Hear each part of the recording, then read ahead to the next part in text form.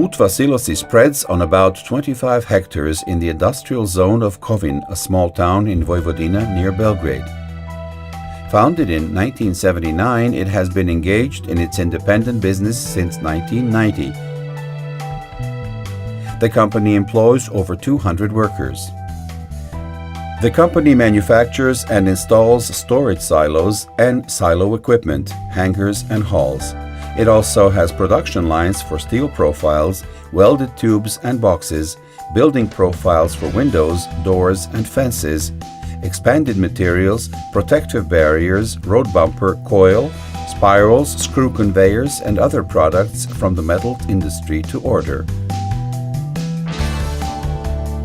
It also provides service of longitudinal and cross-cutting of steel bars, automatic welding and automatic metal cutting using gas and plasma. Utva Silosi operates in accordance with standards for quality management.